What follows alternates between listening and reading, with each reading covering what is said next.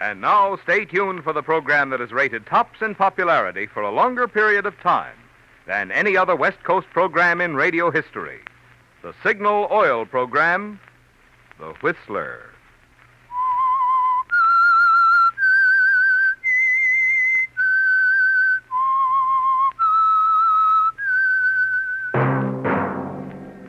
Signal, the famous Go Farther gasoline, invites you to sit back and enjoy another strange story by The Whistler.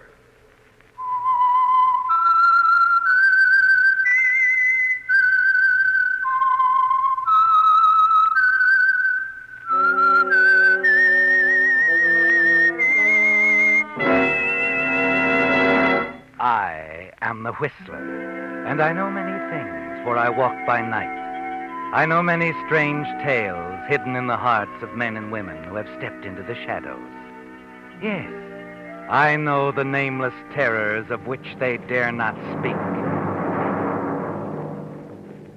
And now for the Signal Oil Company, The Whistler's strange story. Danger is a beautiful blonde.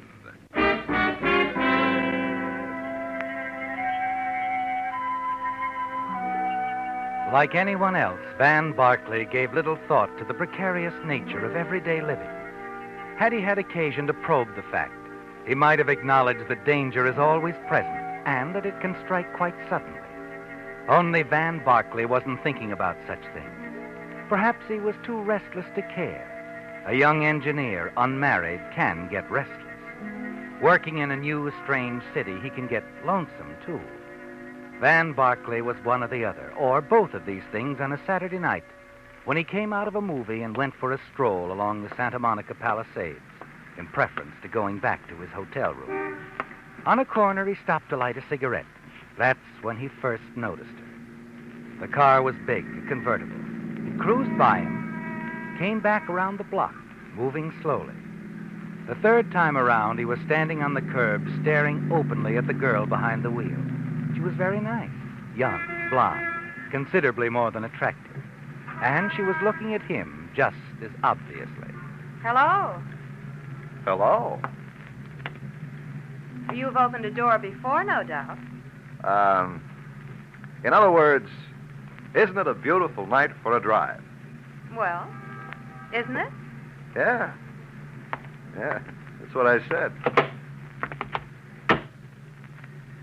You weren't going somewhere important. Oh, no, not at the moment. In fact, I was faced with a rather gloomy prospect of an evening at a hotel, alone. Good. But it is a beautiful night for a drive. I suppose it was on the golf course at Biarritz. What? Yeah, where we met. Oh, well, that's as good a place as any. Yeah, only I've never been there. I don't have a good imagination. Let's see. Oh, then, I remember so well those evenings at Monte Carlo when you'd say to me, Van, you must sit beside me at the casino tonight. You bring me luck. You called me Van in those days, remember? Never Mr. Barclay. And I used to call you, what was it I used to call you? It might have been darling, mightn't it? Yeah. Yeah, it might have been at that.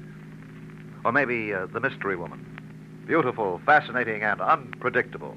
Especially unpredictable. Oh, that's not very flattering, Mr. Barclay. You might have said, especially beautiful. Yes, I might have, and meant it. Okay, you win. You're not only beautiful and fascinating and unpredictable, but you're too fast a worker for me. Now, how come? How come what? All this. You're not happy about taking a drive with me, Mr. Barclay? I'm delirious. But why me? Well, what have I got?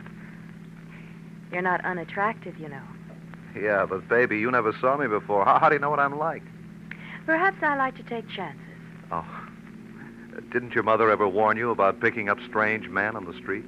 My mother was rather unusual, Mr. Barclay. And she taught me that when I wanted something, there was only one thing to do. Get out and find it. Uh-huh. Okay, who's kicking? You'll pardon me if I pinch myself. This is something I wouldn't have believed. Sort of like an angel from heaven dropping in your lap. I'm no angel, Mr. Barclay.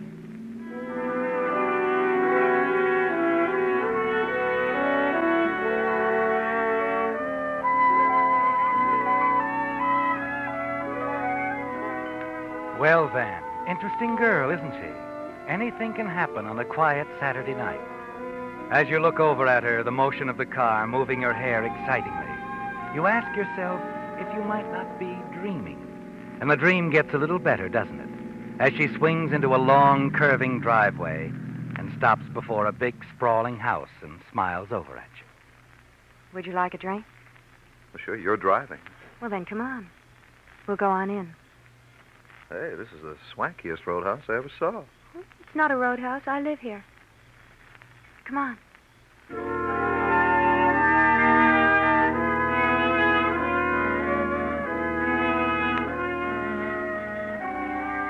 Inside, it's even more unbelievable, isn't it? The big hall, lush carpets, and on the walls, a treasure in fine art. Hey, this is not a bad little place to hang your hat. Oh, hang it then. We like it here. You probably have 2 or 3 scattered around the country. No, just a cabin at Bass Lake. I gather you're not worrying much about any wolves howling at your door. Well, not that kind, Hey, anyway. the guy that owns this must be a movie producer. Hmm? My father. Oh. And he's not a movie producer. He's just an art collector. Perhaps you'd like to take a look around. We have some very nice paintings scattered all over the house. Do you think we can find our way without a guide? There's no one else here. That's what you mean. We only have one servant now, and this is her night off. Cozy, isn't it? The whole place to ourselves.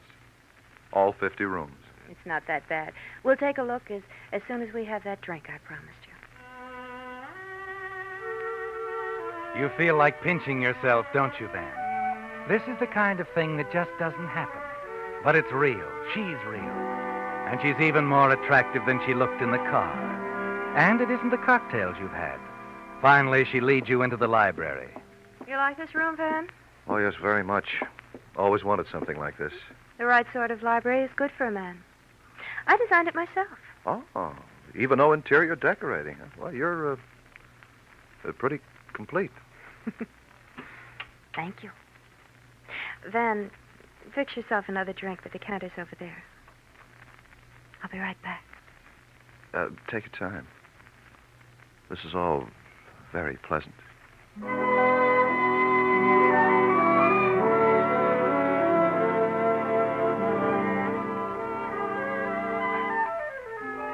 Yes, Van, time means nothing to you right now. You fix another drink, sink into the big leather chair and relax. When you open your eyes a few minutes later, she's back, smiling down at you. Hello. Hello again. Oh, I see your glass is empty. Well, that's easily remedied. I'll pour you another one. This is nice work if you can get it. Here. Thanks. Hey, it's nice perfume you're wearing. You like it? I like everything about you. Good. Then you won't mind doing something for me, will you? Anything short of murder. Walk over here. To the closet? Yes. Yeah. Now, open the door. There's something I want you to see. Okay, I'll play games. Hey, I thought you said we were alone. We are, Mr. Barclay. Because, you see, the gentleman in the closet is quite dead.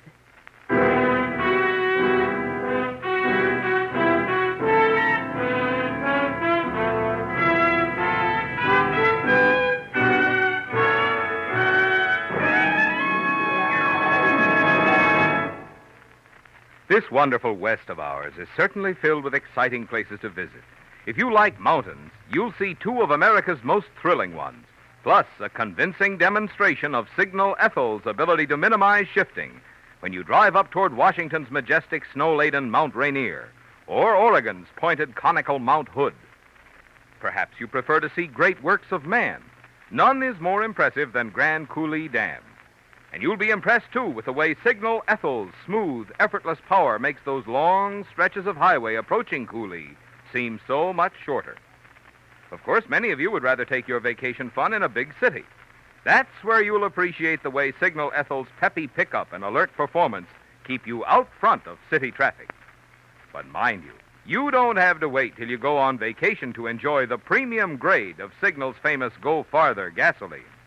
Whenever you want the best performance your car can deliver, that's when you want Signal Ethyl.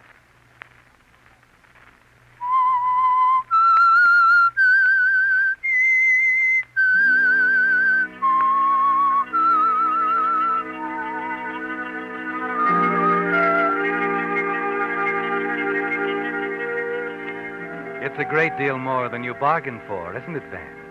Yes. When you stepped into the car at the invitation of the beautiful blonde, you didn't realize what kind of a ride was ahead. It was like a dream, wasn't it? Going to her home, having cocktails, relaxing. And then in the library, the closet. It's fantastic, Van. Your mind spins, almost unable to cope with the situation as you stare down at the quiet figure of a dead man on the floor of the closet. You scarcely hear the girl beside you. You'll help me, won't you? What did you say? All you have to do is help me hide him.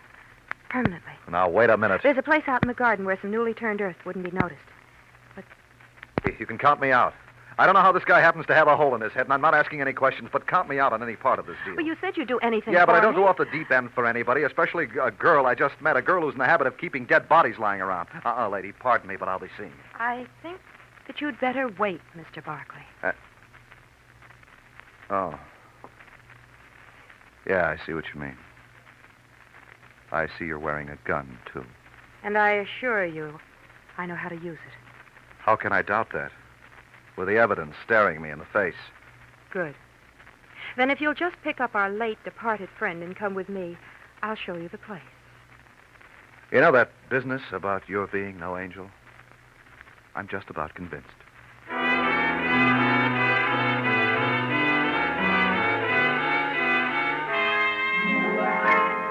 Well, Van, you're in, deep.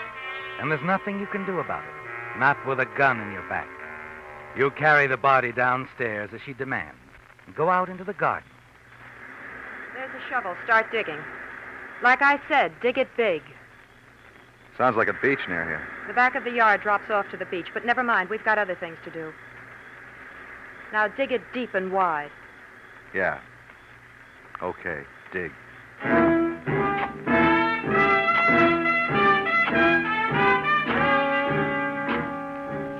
You dig, Van. But with each shovelful, you tell yourself over and over that you're next. Dig deep, she said. Big. And you're sure it's so there'll be a grave for two. Unless you do something fast. Fast and sudden. A heavy shovelful of dirt in her face knocks her off her feet.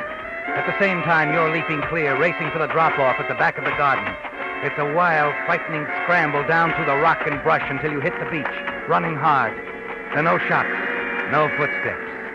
You're away, Van. Free. Far down the beach, you work your way back to the highway, catch the bus for town, in the safety of your hotel room. You're too upset to decide what to do that night. You want to call the police, but the memory of that blonde hair and those pale blue eyes stops you. You want to be sure of her guilt before doing anything that might send her to the gas chamber. You turn in without deciding. Next morning, when you go downstairs, the desk clerk hands you an envelope. Good morning, Mr. Barclay. Hi, good morning. Oh, what's this, mail? Mm-hmm. A young lady left it late last night. Yeah, but there's nothing written on the envelope. She just told me to put it in your box. Oh. Well, thanks. Yeah, sure. Wow. That looks awful green. Yeah, $100 bill. No note, no nothing. No. Wish I knew your secret, Mr. Barclay. You'd like to know that secret yourself, wouldn't you, Van? Now more than ever. $100 to pay for your silence. You catch the bus again, and as you approach the large house where you left the girl the night before, there seems to be quite a few people around. At the gas station on the corner, you find out why. All set, Mr. Armstrong. Anything else? Well, that's all, Joe. Thanks. Hi there. What can I do for you, mister? Run out of gas or something? No, I was just walking by, and I saw there was some kind of excitement around here. I just wanted Yeah, more than we've had in a long time. They found a body down on the beach this morning. Oh, somebody drowned? Well, maybe so, but he got a bullet hole through his head first. Oh, a murder, huh? Yeah, it looks that way. Guy named Alfred Hamilton lives right up the street. Over in that house? Oh, Ridgely's? No. Used to be over there a lot, but he didn't live there. Well, I noticed there was a police car out front, and I thought... Oh, that's part of the excitement. Not only is this friend of Mr. Ridgely's bumped off, but Doris Ridgely's missing, too. Doris Ridgely? Yeah, Mr. Ridgely's daughter. And that's Ridgely, the art collector? Sure, you know. He's about the richest person in the neighborhood. Nice man, too. Yeah, and Doris, his daughter, I remember, I've seen her. A blonde, isn't she? Good looking? That isn't the word for that girl. She's a peach. She's beautiful. Yeah, but rather hard, spoiled. Doris? Nah. Why, there isn't a nicer girl in town. And I ought to know. I've been taking care of her car ever since she started to drive. I sure hate to see her mixed up in anything like this. And missing, too. She might be in the ocean herself, only her car's gone, too. They think she murdered this Hamilton guy? I don't know. But if you ask me, she couldn't have. She's too regular. If she did, she had a good reason. Hamilton was no good. Never could understand why Doris and old man Ridgely put up with him. Just Doris and her father lived there? Yeah, Mrs. Ridgely died a while back. Gosh, I hope they find the girl okay. Just about kill the old man if anything happened to her. When was this guy murdered? Last night. And I can tell you exactly when. 10 minutes to 8 on the nose. How can you be sure? Because I heard the shot. You know, I didn't think anything of it at the time, but I did notice what time it was because I was just getting ready to close up. Would you tell the police that? Oh, sure. Where'd the shot come from? Oh, how should I know? It was just a noise. Maybe from the house over there, maybe from the beach where they found him. Oh, thanks. Thanks a lot. Say, who are you anyway? Oh, nobody important. So long.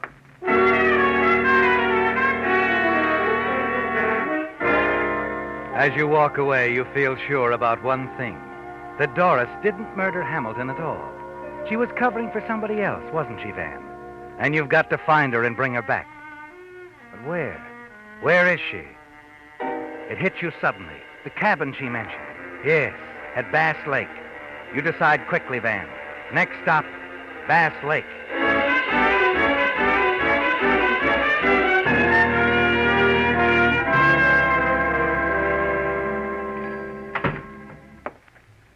Hello there, young fella. What can I do for you? Got everything here body needs. Groceries, notions, drugs, fishing tackle. I'm looking for somebody, Pop. I thought maybe you could give me some directions. I'm the person to come to and tell you about anybody in Bass Lake. Who are you looking for? Doris Ridgely. She's got a cabin up here, hasn't she? Yep. Well, how do I get there? You don't. Why not? Wouldn't do you no good. Why not? Nobody's there. Oh, but I'm sure Doris is up here, and I've got to find her. Well, if you got eyes in your head, you wouldn't have to go to no cabin. Huh? If you look across the street over there, you'll see a car in front of Ducey's lodge. She's inside eating. Oh, okay. Thanks, Pop.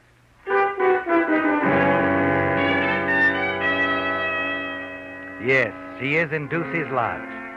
And you wait outside until she comes out. As she gets into the convertible, you slip around the other side and open the door. Oh, Hello, baby. It's a nice day for a drive, isn't it? Mr. Barclay. Now, don't reach for your bag.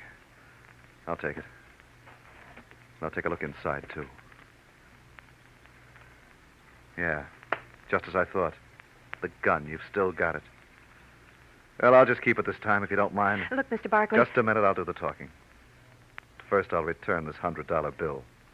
Even if I had a price for this sort of thing, it wouldn't be $100. It's all I had last night. I said even if I had a price. I don't. I'll keep my mouth shut until I'm ready to talk. Or you are. What makes you think I have anything to talk about? Look, I think I know a good kid when I see one. If you're really in trouble, I'm sorry, but I don't think you are. I don't think you killed this heel Hamilton. I think you're covering up for someone. No, I'm not. I killed him. He was threatening me, threatening to tell something about me. So I killed him. I don't believe you. All you did was try to get me to help cover up somebody else's work. No, that's not true. Okay, so you're not ready to talk. Come on, let's go for a drive. Well, You know, I'm sorry I had to smother you with that shovel full of dirt last night. But I didn't like the prospect of sharing that hole in the ground with Hamilton. you mean you thought I'd kill you? I never intended to do that. Well, how did you think you'd get away with it then? Just let me walk away to tell the cops? I don't know. Okay, baby. Of course you don't know. You're mixed up in something you know nothing about. You couldn't have killed this guy Hamilton any more than you could have killed me. So come on, come clean. I can't. Now look, whoever this is you're covering up for, they'll be found out eventually. Probably they had a good reason for doing this, from what I heard about Hamilton. But now you've got to get yourself off the spot, and me too. We're accessories to the murder. I know. Mr. Barclay, why are you doing this? Why did you come here? I'll show you why. Does that answer your question? No. No talking now. Come on. Start driving. We've got to have a little talk with the police.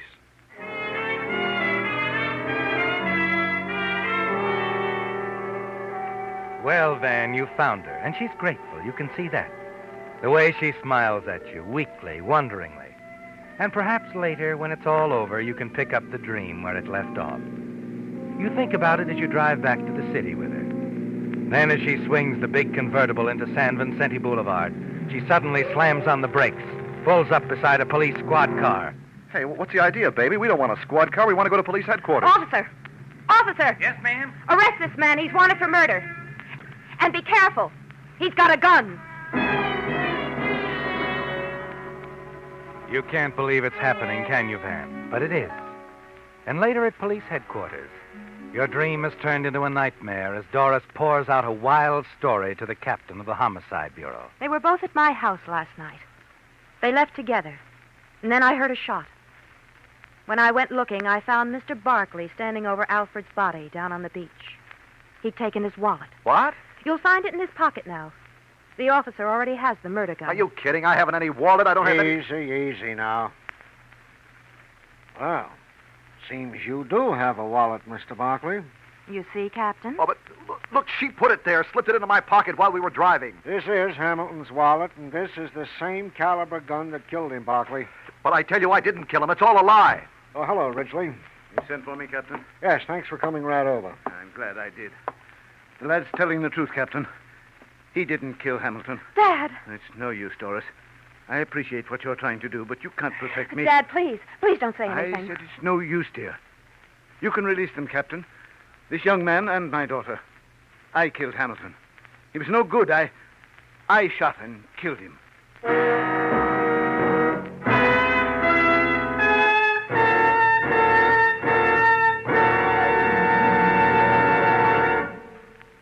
I'm sure you'll be fascinated to hear that this week is National Save the Horse Week. I'd suggest that we motorists start a week, too. Call it Save the Engine Week in honor of that wonderful new Signal motor oil that reduces engine wear due to lubrication 50%. New Signal Premium Motor Oil. Really, friends, the things this remarkable new lubricant can do for your car are little short of miraculous. With new Signal Premium, your car should keep its like-new pep and power twice as long.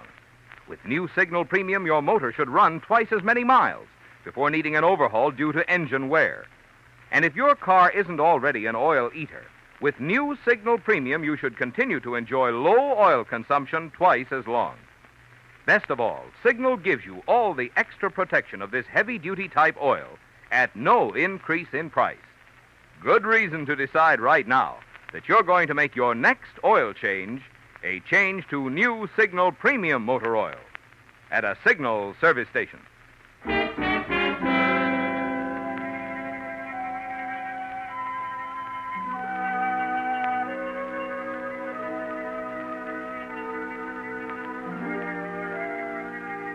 Well, Van, your adventure has brought you dangerously close to a charge of first-degree murder. And now at police headquarters in the office of the captain of homicide, the surprises are hitting you like punches from a fighter, aren't they, Van? First, the attempted frame against you by the girl, Doris. And now, out of the blue, her father, facing the police, admitting that he killed Hamilton. You stare from one to the other, wondering and waiting. And then Doris breaks the silence. But, Dad, you couldn't have killed Mr. Hamilton. Why couldn't he? He just confessed. It's good enough for me. He confessed to protect me. Dad had no reason. He could have had the best reason in the world. Blackmail. That was Hamilton's racket. Blackmail? That's the answer, Doris. Hamilton had been bleeding me for a long time. A few days ago, I got the evidence to clear myself and expose him. So you sent for him and told him. He got tough and... I shot him. I had to. In self-defense. Look, officer, you found the gun in Hamilton's wallet on this man right here. What more do you want? I tell you, I never saw this gun in my life until last night. It's no use, Doris. It happened exactly as No, I Dad, said. I know you didn't do it. There's only one way you could know, Miss Ridgely. Yes, Captain. There's only one way I could know. I tell you, my daughter's lying. Mr. Ridgely is right, Captain. Oh, hello, Lieutenant. Find anything? Yeah, plenty. His daughter is lying to protect him. We know from the gas station attendant's testimony that the shot that killed Hamilton was fired last night at 10 minutes to 8. Now, we've checked every move of Miss Ridgely's. And at 10 minutes of 8, she was seen buying a package of cigarettes at the corner drugstore. Yeah, then it was Mr. Ridgely. No, Mr. Ridgely left Hamilton in his living room last night, somewhere around 7, after telling him he was going to expose him to the police. At 10 minutes to 8, Mr. Ridgely was seen having a drink at a bar near Wilshire. So, Barclay, you did take Hamilton's wallet. Was your gun? I tell you, I never even heard of any of these people. No, it wasn't young Romeo here either. Oh, go on. Alfred Hamilton committed suicide. What? Yeah, that's right. There's no doubt about it. Powder burns on his face. Well, he was left-handed. The angle of the bullet in the left temple shows the wound was self-inflicted. Paraffin tests on his hand proved beyond a doubt that Hamilton fired a shot a few seconds before his death. I guess when he realized Mr. Ridgely was going to expose him to the police, he just couldn't take it. Oh, good work, Lieutenant. Now, Mr. Ridgely, you'll come into my office. The lieutenant and I will show you the reports. Of course, Captain. We'll wait in the car, Dad. I'll be along in a minute, Doris. Well, baby, you gave me a nice ride. A very nice ride. Honestly, Vanna, I'm terribly sorry, but I was worried crazy about Dad. But do you think we could have that drink again sometime? Maybe.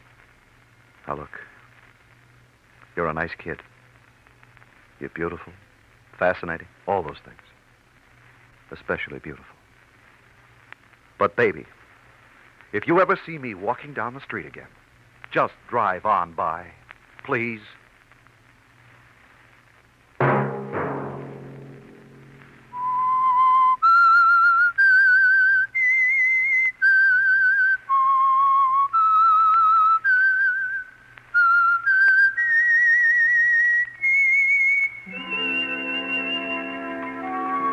Let that whistle be your signal for the Signal Oil program and The Whistler each Sunday night at this same time.